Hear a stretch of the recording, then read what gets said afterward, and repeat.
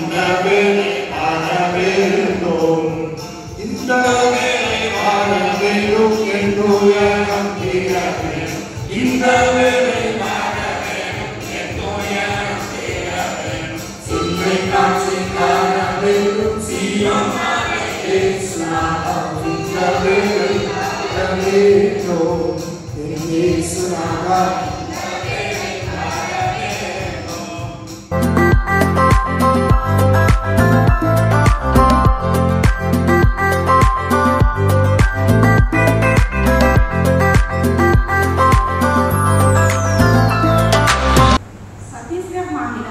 சத்தீஸ்கர் மாநிலம் இது இந்தியாவின் மத்திய கிழக்கு பகுதியில் அமைந்துள்ளது. பரப்பளவு சுமார் 1,35,192 சதுர கிலோமீட்டர். இது 9வது பெரிய மாநிலம். மக்கள் தொகை சுமார் 25.5 மில்லியன். தலைநகரம் ராய்ப்பூர். சட்டமன்ற தேர்தலில் பிஜேபி வெற்றி பெற்றது. 2025 பிஜப்பூர் மோதலில் பலர் உயிரிழந்துள்ளனர். இதன் எல்லையின் அருகே நடந்த மோதலில் 2 முக்கிய தலைவர்கள் மரணம் அடைந்துள்ளனர். இந்த மாநிலத்தில் அதிகமாக காட்டு பகுதிகள் உள்ளன. பொருளாதாரத்தில் வளர்ச்சி அடைந்துள்ளது. கிறிஸ்தவர்கள் 1.92% மட்டுமே காணப்படுகிறார்கள். இந்த மாநிலத்தில் மக்கள் கிறிஸ்தவத்தில் இருந்து இந்து மதத்திற்கு மாறி வருகிறார்கள். சுக்மா மாவட்டத்தில் கிறிஸ்தவ மதத்தை மறுக்காவிட்டால் கிராமத்தை விட்டு வெளியே செல்ல வேண்டும் என்றும் சொத்துக்களை இழப்பார்கள் என்றும் வலியுறுத்தப்பட்டுள்ளார்கள். இவர்கள் பெரும்பாலும் மலை பிரதேசங்களில் வசிக்கிறார்கள். நம் யாரும் ஏற்போம். எங்களை நேசிக்கிற அருமையான தாங்களே, எங்கள் அருமையான இரவுகளுக்காக ஜெபிக்கிறோம் அப்பா. இந்த 79வது சுதந்திர தின விழாவை கொண்டாட இந்த வருடம் எங்களை கிருபை செய்தீரப்பா. நன்றியோடு துதிக்கிறோம் அப்பா, ஸ்தோத்திரிக்கிறப்பா. நாங்கள் ஒரு சிறு கூட்டமாக உண்மை நோக்கி பார்க்கிறோம்ப்பா. உண்மை நோக்கி பார்க்கிற ஒருவரை நீங்கள் புறமே தள்ளாதது என்ன இருக்க முடியாது. நன்றியோடு உண்மை ஸ்தோத்திரிக்கிறோம்ப்பா, துதிக்கிறோம் அப்பா.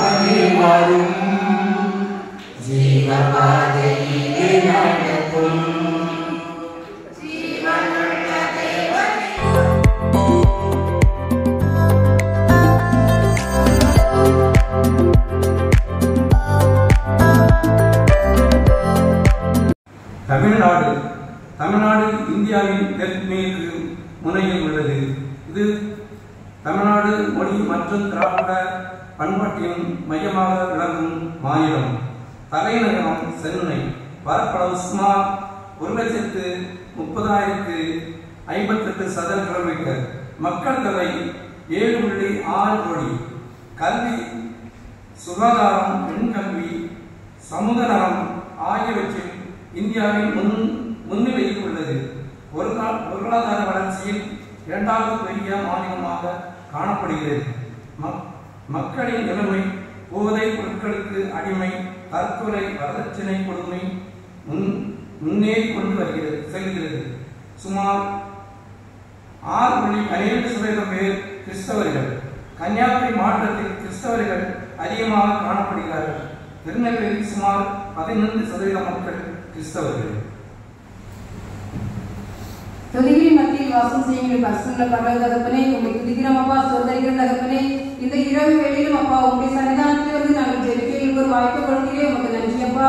இந்த வேளையிலும் ஆண்டவரே, சுதந்திர தின விழாவிலே அப்பா நாங்கள் சிறப்பு ஆராதனை நடத்த உதவி செய்கிறேன். உமக்கு நன்றி அப்பா. இந்த ஆராதனையும் அப்பா தமிழ்நாட்டை குறித்து அப்பா ஜெபிக்க ஒரு வாய்ப்பு கொடுத்த தேவனுக்கு கோடி சோதரங்கள் தகப்பனே. வரக்கூடிய அப்பா ஞானத்தை கொடுக்கணும் ஜெபிக்கிறோம் அப்பா. சிறு வயது முதலே அப்பா உடைய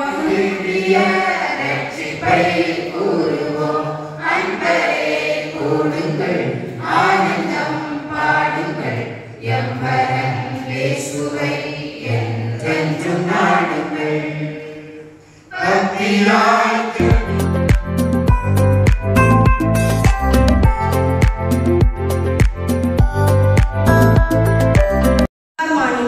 பீகார் மாநிலத்தின் தலைநகரம் பாட்னா.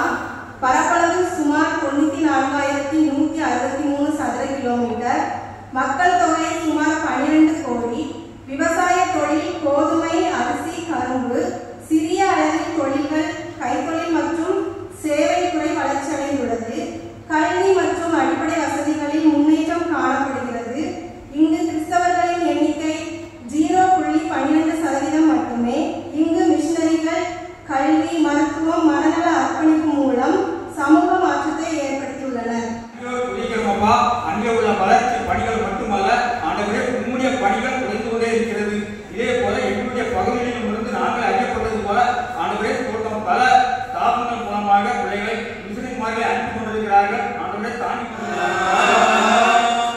பகலுமாய் இரவுமாய் வாருங்கள் ஆயிரமாய் நடுவிலே சென்றிடுமே. சிந்திப்பே சிந்தி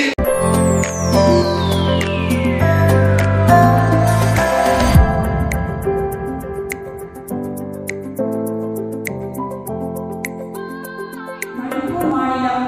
மணிப்பூர் வடகிழக்கு இந்தியாவின் ஒரு மாநிலம். மாநில தலைநகர் இம்பால். மாவட்டங்கள் 16. பரப்பளவு சுமார் 22,327 சதுர கிலோமீட்டர். மக்கள் தொகை 28.5 லட்சம். பெரும்பான்மையாக மலைகள் மற்றும் பள்ளத்தாக்குகள் காணப்படுகின்றன.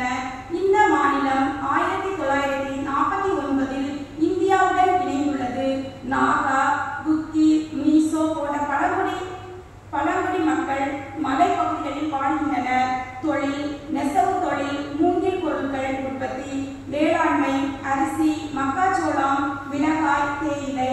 இங்கு இன மோதல்கள் இருப்பதால் பலர் முகாம்களில் தங்கியுள்ளனர். பொருளாதார முன்னேற்றம் மந்தமாக உள்ளது.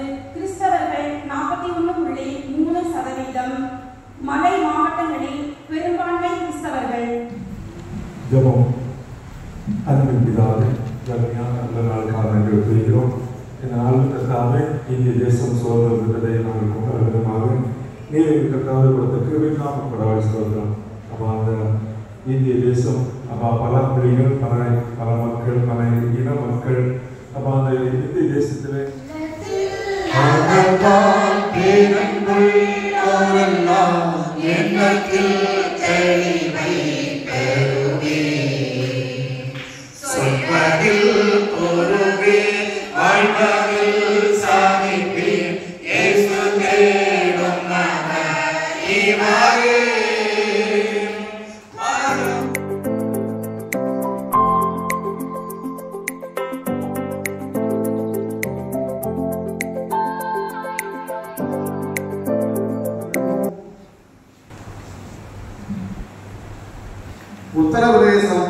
உத்தரப்பிரதேசத்தின் தலைநகரம் லக்னோ.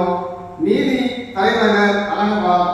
பரப்பளவு சுமார் 2,43,886 சதுர கிலோமீட்டர். மக்கள் தொகை சுமார் 24 கோடி. அதிகார மொழி ஹிந்தி. விவசாயம் முக்கிய தொழில் கோதுமை, அரிசி, கரும்பு, பருப்பு வகைகள். இது இந்தியாவில் அதிக சர்க்கரை உற்பத்தி செய்யும் மாநிலம். ஆட்சி பாரதிய ஜனதா ஆட்சி. சாலை மற்றும் மெட்ரோ போக்குவரத்து வளர்ச்சி அடைந்துள்ளது. இங்கு கிறிஸ்தவர்கள் 0.3% மட்டுமே உள்ளனர். இங்குள்ள கிறிஸ்தவர்களில் பலர் கல்வி, சுகாதாரம் மற்றும் சமூக சேவைகளில் ஈடுபட்டுள்ளனர். ஜெபம். புதிய பாத்திர அறிக்கிற தேவனை மீட்பிக்கிறையா, இந்த மாலை வேளை சமத்தில் வருகிறையா, இந்த சுதந்திர தந்திருந்து உண்மையை பார்த்து இப்படைய எல்லா சுதந்திரத்தையும் எப்படி நடந்து கொண்டிருக்கிறதை எங்களுக்கு பார்த்த தெய்வம் ராஜா, எங்களை பாருங்க ராஜா. கீழ்மட்டில் அடித்தளத்தில் இருக்கின்ற நீங்கள் கண்டிப்பாக கண்ணோக்கி பார்க்கும் ராஜா. உத்தரப்பிரதேச ஆரம்பத்தில் வருகிறோம் ராஜா. அந்த மக்கள் படிப்பு எல்லா காரியங்களையும் தாழ்ந்து கீழ்நிலையில் இருக்கிற இந்த அடிமட்டத்தில் இருக்கிறதை நீங்கள் தூக்கி எடுக்கிற ராஜா. மக்களால் பல ராஜாக்களால் ஆளப்பட்ட ஒரு தேசம். அடிமைத்தனத்தின் கீழாக இருந்தோம். ஆண்டவர் தம்முடைய சுதந்திரத்தை நமக்கு கொடுத்திருக்கிறார். இது ஒரு ஜனநாயக நாடு. முக்கியமாக சொல்ல வேண்டும் என்றால் ஜனநாயகத்தினுடைய மாண்புகள் மதிக்கப்பட வேண்டும். இது ஒரு மதத்தை சார்ந்ததோ அல்லது ஒரு ஜாதியை சார்ந்ததோ மொழியை சார்ந்ததோ அல்ல. இது பல்வேறு மக்களுடைய ஒரு ஐக்கியத்தினுடைய வெளிப்பாடாக இருக்கிறது. உலகத்தில் இருக்கிற எல்லா தேசங்களும் சிலவை மதத்தை சார்ந்தவர்களாக இருக்கின்றது, மொழியை சார்ந்தவர்களாக இருக்கிறது, ஜாதி வாரியான மக்களாக இனக்குழுக்களாக இருக்கிறார்கள். ஆனால் இந்தியாவிற்கு ஒரு தனித்துவம் உண்டென்றால் அது பல மக்களை கொண்ட ஒரு அமைப்பாக இயங்கி வருகிறது. தென்னிந்தியாவாக இருந்தாலும் சரி, வட இந்தியாவாக இருந்தாலும் சரி, அல்லது வட கிழக்கு மாநிலங்களாக இருந்தாலும் சரி, வடமேற்கு மாநிலங்களாக இருந்தாலும் சரி, எல்லா மாநிலங்களிலும் பல்வேறு வகையான கலாச்சாரங்களை நாம் வெளிப்படையாக கொண்டிருக்கிறோம். முக்கியமாக நாம் ஜனநாயக மாண்புகளை கொண்டிருக்கிறோம். அல்லேலூயா. இந்த ஜனநாயகம் என்பது ஒரு இராணுவ ஆட்சியை போலல்ல, ஒரே மக்களால் நடத்தப்படுகின்ற அல்லது ஒரே குழுக்களால் நடத்தப்படுகின்ற ஒரு ஆட்சி அல்ல. நாம் சுதந்திர காற்றை சுவாசிப்பதற்கு மக்களே மக்களால் நடத்தப்படுகின்ற ஆட்சியாக இருக்கிறது.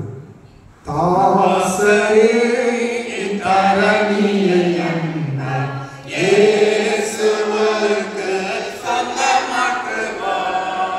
தாசரே தரணியை இயேசுவுக்கு சொந்தமாக்குவோம்.